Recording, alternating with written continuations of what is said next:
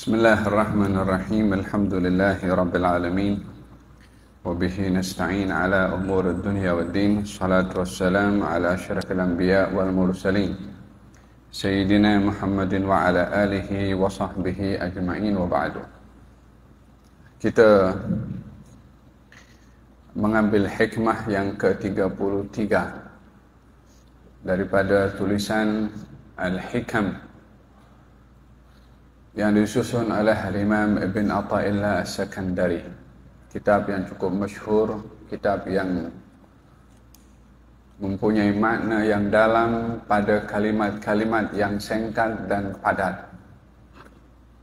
Dan beberapa kali dalam masjid yang penuh dengan barakah ini, saya ada mengulang tentang arti hikmah, yang ia adalah merupakan satu pemberian terbaik diberikan oleh Allah kepada seorang hamba. Yu'til hikmata man yasha' wa man yu'tal hikmata faqad utiya khairan katsira. Allah memberikan hikmah kepada sesiapa yang dikehendaki, dan barang siapa yang diberi hikmah oleh Allah, maka ia telah mendapatkan kebaikan yang banyak. Di antara mereka yang diberi hikmah oleh Allah adalah Luqman. Sehingga di dalam Al-Quran dinamakan satu surat dengan surat Luqman karena banyaknya hikmah yang diberi oleh Allah kepada Luqman. Walaqad atayna Luqman al-hikmata an ishkur lillah. Kami telah memberi kepada Luqman hikmah untuk bersyukur kepada Allah. Oleh sebab itu digelari dengan Luqman Al-Hakim, Luqman yang penuh dengan hikmah. Hikmah ini artinya adalah pemahaman dalam agama, pemahaman mengenai Allah Subhanahu wa ta'ala. Itu adalah semulia-mulia anugerah diberikan oleh Allah kepada seorang hamba. Pada hikmah yang ke-33,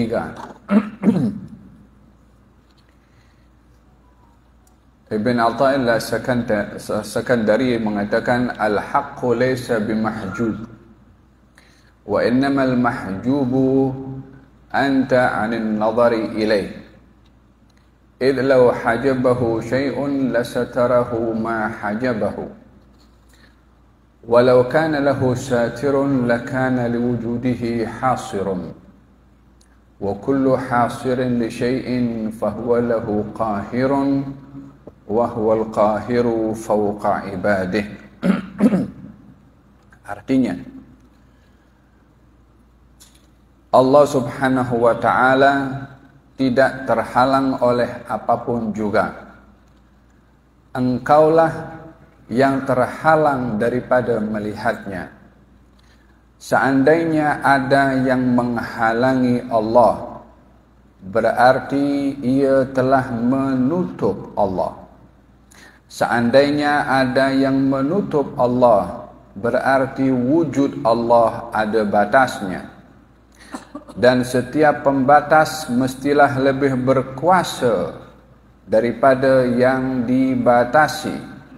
Padahal dialah Allah yang maha berkuasa di atas seluruh makhluk-makhluknya. Al-haqqu laysa bimahjub. Allah tidak pernah tertutup daripada hamba. Tidak pernah tertutup daripada hamba, bukan hamba itu boleh melihat dengan fizikal, dengan pandangan matanya sendiri. Disebabkan bila sesuatu itu dikesan oleh mata, berarti sesuatu itu berbatas. Yang berbatas itu terhad, yang terhad lemah. Sementara Allah Subhanahu wa ta'ala adalah maha perkasa lagi maha kuasa. Tiada yang membatasi Allah. Arsy pun bukan menempatkan Allah seakan-akan arsy itu satu perkara besar dan Allah ada di atas arsy, duduk seperti itu seakan-akan perlu kepada arsy. Tidak demikian. Kursi pun juga begitu. Allah Subhanahu wa taala laisa kamitslihi syai'un wa huwas samiul basir. Allah tidak sama dengan apapun yang ada dalam alam ini, yang kita tahu atau yang kita tak tahu, yang kita nampak atau yang kita tidak nampak. Allah adalah Allah, maha suci daripada menyerupai apapun, dan tiada yang menandingi Allah pada apapun. Pada masa yang sama kita melihat pandangan mata ini sendiri terhad kepada beberapa perkara yang tidak dapat melihatnya. Bila mata bertentangan dengan cahaya matahari, mata akan menundukkan dan tidak mampu memandang matahari untuk melihat saiznya atau melihat cahayanya. Mata pun ada kelemahan untuk memandang. Mata juga terhad pada kekuatannya untuk memandang sesuatu, melainkan hanya meyakini sahaja. Sakit itu dapat dirasa tapi tidak dapat dilihat. Ruh, nyawa yang ada di dalam ini, kalaupun dimasukkan scanner untuk nak scan kamera dalam, masuk MRI contohnya, wala X-ray, boleh nampak itu ruh di dalam? Tak boleh nampak. Idan pada makhluk sahaja kita ada batasan dan kelemahan untuk mengesannya. Mata tidak dapat melihatnya. Kalau pada makhluk sahaja mata tidak dapat bertentangan dengan cahaya yang lebih kuat, mata tidak dapat mengesan nyawa yang ada, ruh yang ada dalam tubuh badannya, apatah lagi mata itu akan mengesan Allah Subhanahu wa taala. Oleh sebab yang demikian, ketika Nabi Musa bertanya kepada Allah Subhanahu wa taala, "Ya Allah, izinkan aku lihat engkau." Dalam Quran Allah cerita, Nabi Musa minta izin kepada Allah untuk melihat. Allah Subhanahu wa taala menjawab, "Innaka lan tarani." Kamu tidak mampu melihat aku. Pada ayat ini bukan Allah mengatakan aku tak boleh dilihat, tapi Allah mengatakan kamu tidak mampu melihat aku. Apa bezanya? Bezanya adalah bila dikatakan aku tidak dapat dilihat, maka sesiapa pun tidak dapat melihat Allah.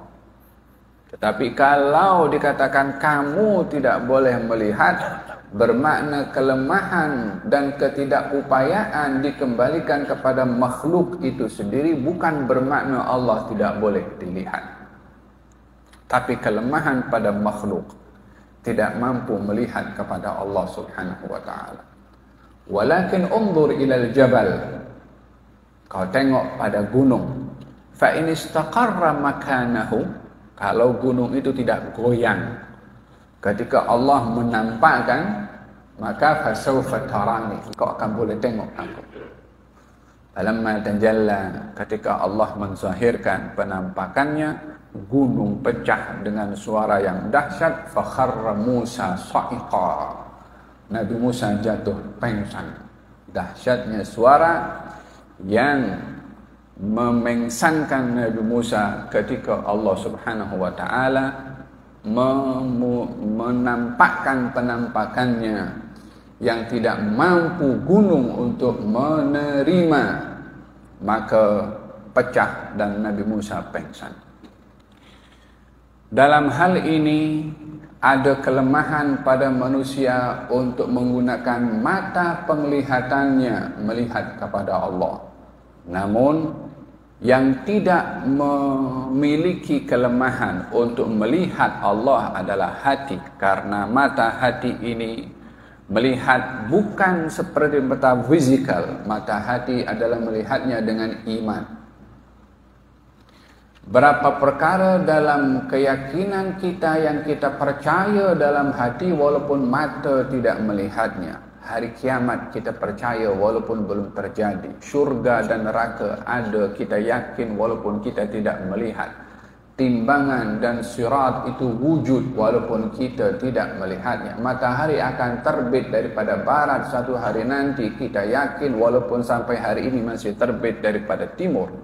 Kesemua itu menyentuh tentang keyakinan walaupun mata tidak dapat mengesan. Yang menjadi penghalang orang untuk melihat, mengenal kepada Allah Subhanahu wa taala adalah diri manusia itu sendiri. Allah berfirman, "Kalla innahum an rabbihim yawma idzin lamahjubun." Manusia itu nanti akan terhijab daripada Tuhannya. Yang menghijab manusia daripada melihat kepada Allah bukan matanya, bukan telinganya, tetapi hatinya yang enggan untuk beriman sehingga tidak dilihat. Allah Subhanahu wa taala melihat kepada makhluk hanya makhluk, tapi orang yang beriman kepada Allah melihat kepada makhluk ada penciptanya. Udara oksigen yang kita hirup ini hari-hari ada yang menciptakan. Mata yang kita guna untuk melihat ada yang menciptakan. Telinga dan alat untuk mendengar di dalamnya sehingga kita clear mendengarnya ada yang memberikan. Jantung bergerak bukan otomatis karena bateri diletakkan di dalam, melainkan ada yang menggerakkan. Angin tidak berhembus daripada satu arah ke arah yang lain kecuali ada yang menggerakkan. Dedaunan di tengah-tengah hutan tidak gugur kecuali ada yang menggugurkan. Itu keyakinan kita kepada Allah Subhanahu wa taala, sehingga bagi orang yang beriman tidak sedikit pun lenyap daripada keyakinan mereka akan keberadaan Allah Subhanahu wa taala. Sayyidina Ibrahim alaihissalam diletakkan pada alat pelempar untuk dilempar ke dalam api yang begitu menyala dengan besarnya dan panasnya, sehingga nak dicampakkan ke dalam api tak boleh mendekat kecuali menggunakan alat pelempar daripada jauh. Dah diukurlah. Mereka ada arkiteknya juga. Ini pelemparan ni jangan sampai telajak. Dia dah tahu, dah ada ukurannya. Ketika diikat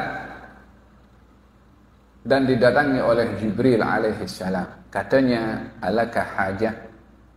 Ya Ibrahim, engkau ada hajat ke?"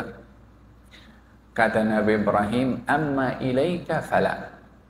Amma ilaihi fa'ilmuhu bihali yughni an su'ali."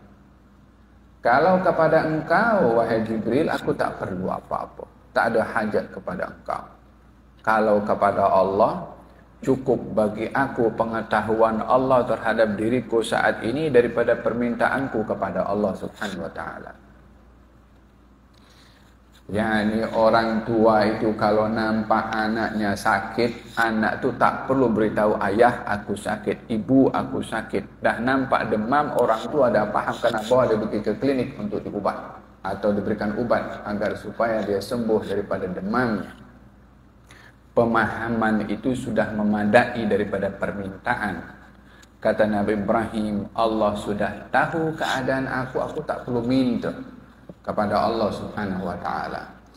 Dan bagi orang yang beriman, Allah tidak pernah tertutup daripada apapun juga. Sentiasa ada dengan ilmunya, dengan pengawasannya. Walaqad khalaqnal insan wa na'lamu ma tuwaswisu bihi nafsuh wa nahnu aqrabu ilaihi min hablil warid. Kami yang cipta manusia, kami tahu isi hati manusia. Apa yang bergerak dalam kita punya hati saat ini orang tak tahu. Yang maha berkuasa tahu, yang maha mengetahui tahu apa kita punya perancangan, apa kita punya nawaitu. Sebelum tindakan dilakukan oleh tubuh badan, nawaitu sudah dilihat dulu oleh Allah Subhanahu wa taala. Kalau begitu, bila Allah itu lenyap daripada manusia, bila Allah itu hilang daripada pengawasan manusia. Manusia yang menghilangkan diri dan kononnya merasa hilang daripada Allah. Dia tak pernah hilang pun daripada Allah. Apa yang hilang daripada Allah Subhanahu wa taala? Wa idza sa'alaka 'ibadi 'anni fa inni qarib ujibu da'watad da'i idza da'an. Kalau ada orang bertanya kepada engkau wahai Rasulullah Muhammad tentang aku, tentang Allah, katakan aku ini dekat. Dan digambarkan dekatnya Allah, wa nahnu aqrabu ilaihi min hablil warid. Aku lebih hampir dengan manusia dengan urat pada lehernya. Ini urat pada leher yang menentukan hidupnya seseorang. Allah lebih hampir. Maknanya Allah dalam itu punya leher ke? Bukan begitu maknanya. Hampirnya manusia dengan urat yang ada dalam lehernya ini, Allah lebih lagi pengetahuannya ke atas manusia itu sendiri. Gal al-haqqu laysa mahjub. Allah itu tidak pernah tertutup daripada sesiapapun juga, karena kalau Allah itu tertutup berarti penutup itu lebih berkuasa daripada Allah, karena Allah boleh ditutup. Kalau penutup lebih berkuasa, maka Allah bukanlah Allah lagi, karena ada yang lain lebih berkuasa daripada Allah Subhanahu wa taala, sementara Allah wa huwal qahiru fawqa ibadih. Allah itu yang lebih berkuasa di antara seluruh makhluk-makhluknya. Hadza berkenaan dengan hikmah yang ke-33 tentang dekatnya Allah Subhanahu wa taala dengan hamba.